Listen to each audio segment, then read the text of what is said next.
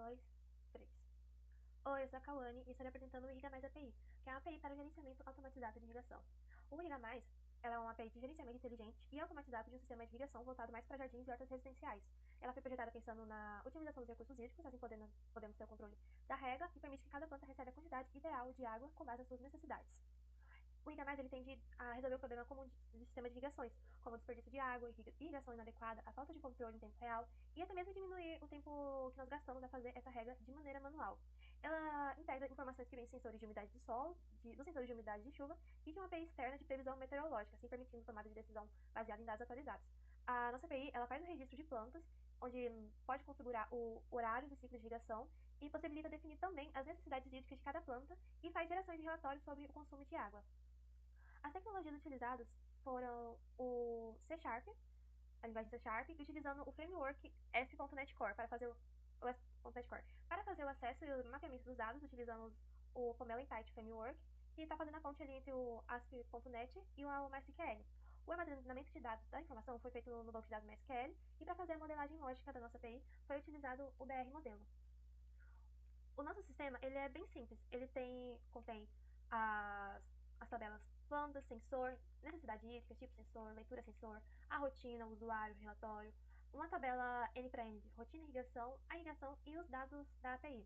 A planta ela vai estar vinculada a uma rotina, que o usuário escolheria a rotina que essa planta vai ser vinculada, a um sensor e a necessidade hídrica dela e o usuário que a cadastrou.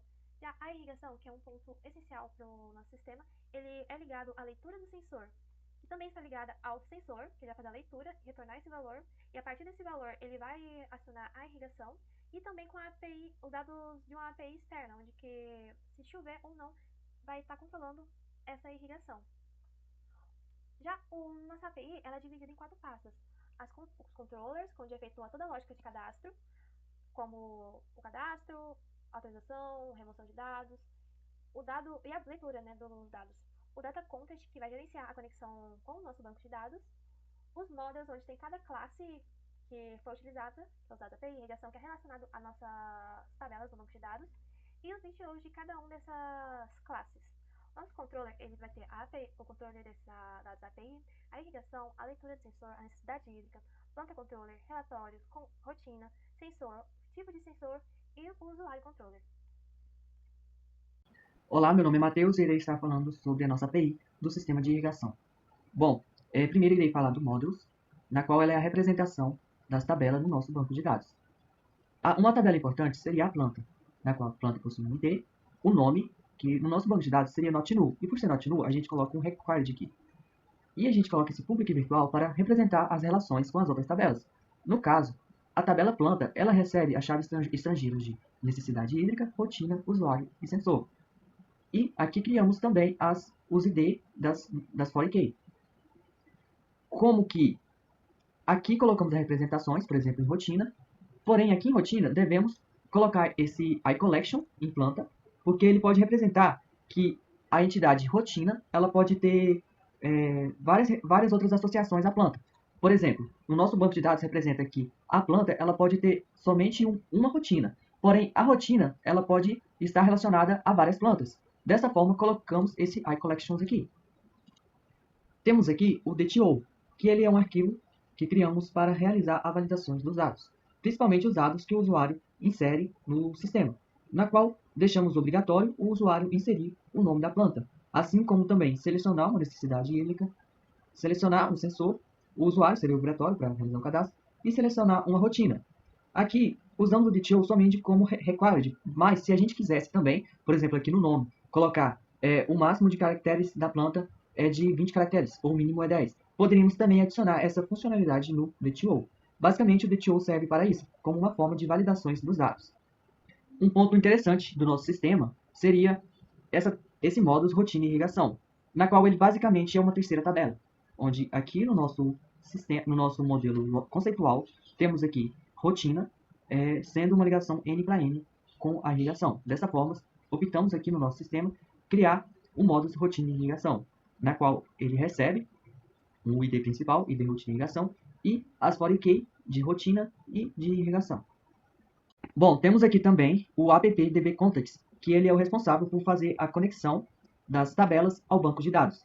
E ele basicamente faz o gerenciamento dessas tabelas através desse DB7. E aqui temos todas as tabelas, desde o usuário até a API. Por fim, eu irei mostrar o controle de planta, na qual o controle ele é responsável por receber as requisições do cliente, no caso seria o front-end. Aqui criamos uma rota para a planta, no nosso Swagger, depois eu irei mostrar o Swagger funcionando. Aqui criamos um GET, um HTTP GET, para fazer a busca de todos. Aqui ele faz a busca de todas as plantas cadastradas no sistema. Aqui seria um outro GET para fazer a busca de plantas pelo ID. Aqui seria o POST, que faz o cadastramento da planta no sistema. Perceba que aqui envolve as forecasts também, necessidade hídrica, sensor, que no caso precisa inserir um ID de uma planta na hora de um ID de uma rotina, usuário e sensor na hora do cadastramento da planta. Ou seja, para o usuário conseguir fazer um cadastro de uma planta, ele primeiro tem que ter realizado o cadastramento da necessidade hídrica, do sensor e também possuir um usuário e da rotina. Aqui temos um put, que ele faz a atualização de uma planta cadastrada no nosso sistema. E por fim, temos o delete, que ele exclui uma planta cadastrada pelo seu ID. Agora eu vou mostrar como funciona o sistema. Bom, eu estou aqui dentro do Swagger agora e vou fazer como se fosse uma interação do usuário no nosso sistema e eu vou aqui no planta. Primeiro eu vou fazer um post, no caso eu vou criar uma planta. Eu estou dando o nome de planta, como rosa. A necessidade hídrica é o ID1, sensor o ID1, rotina ID1. Lembrando que para eu conseguir fazer o cadastro de uma planta aqui, eu primeiro preciso ter realizado um cadastro já de necessidade hídrica, sensor, usuário e rotina. Eu vou rodar aqui para ver se foi executado. Bom, aqui mostra que deu certo. Eu vou aqui no banco de dados, eu vou em planta, e aqui mostra. Eu estou com duas plantas, que no caso foi essa. Vou tentar fazer um put agora. Eu vou selecionar o ID, no caso eu vou selecionar o ID2 agora, para a roda que eu acabei de criar. Eu vou colocar alface aqui, e eu vou colocar necessidade hídrica 3. Vou executar para ver se deu certo. Bom, tudo mostra que deu certo aqui no nosso Swagger, e aqui no banco de dados eu também consigo alterar. Agora eu vou realizar a exclusão desse ID. E aqui no nosso sistema mostra que deu certo também, assim como no nosso banco de dados realmente não existe mais aquela planta que criamos. Eu vou agora fazer um get aqui, ou seja, uma consulta pelo ID1. No caso, ele puxou aquela rosa do deserto, que é a do ID1 aqui no nosso banco de dados. E seria essa a demonstração do nosso Swagger. Bom, eu vou falar sobre as minhas considerações finais sobre esse projeto. Foi importante, porque eu pude aprender sobre a API. Antes eu não fazia ideia como uma API funcionava.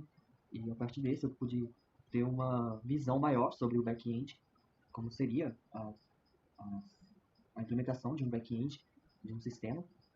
E as dificuldades encontradas foi que a gente ficou em dúvida sobre o que fazer com as tabelas leitura, relatório e a da API. Porque são tabelas que o usuário não iria implementar, seria o próprio sistema que iria buscar essas informações.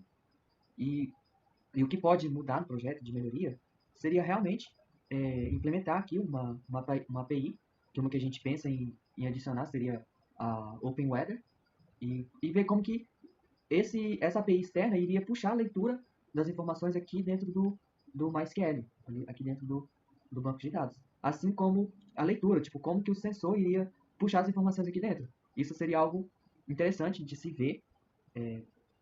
Porém, tipo, como que a gente não implementou isso ainda, fica mais aqui no nosso sistema como uma implementação manual, feita pelo usuário. E seriam essas as minhas considerações finais e o que poderia melhorar no projeto. 2,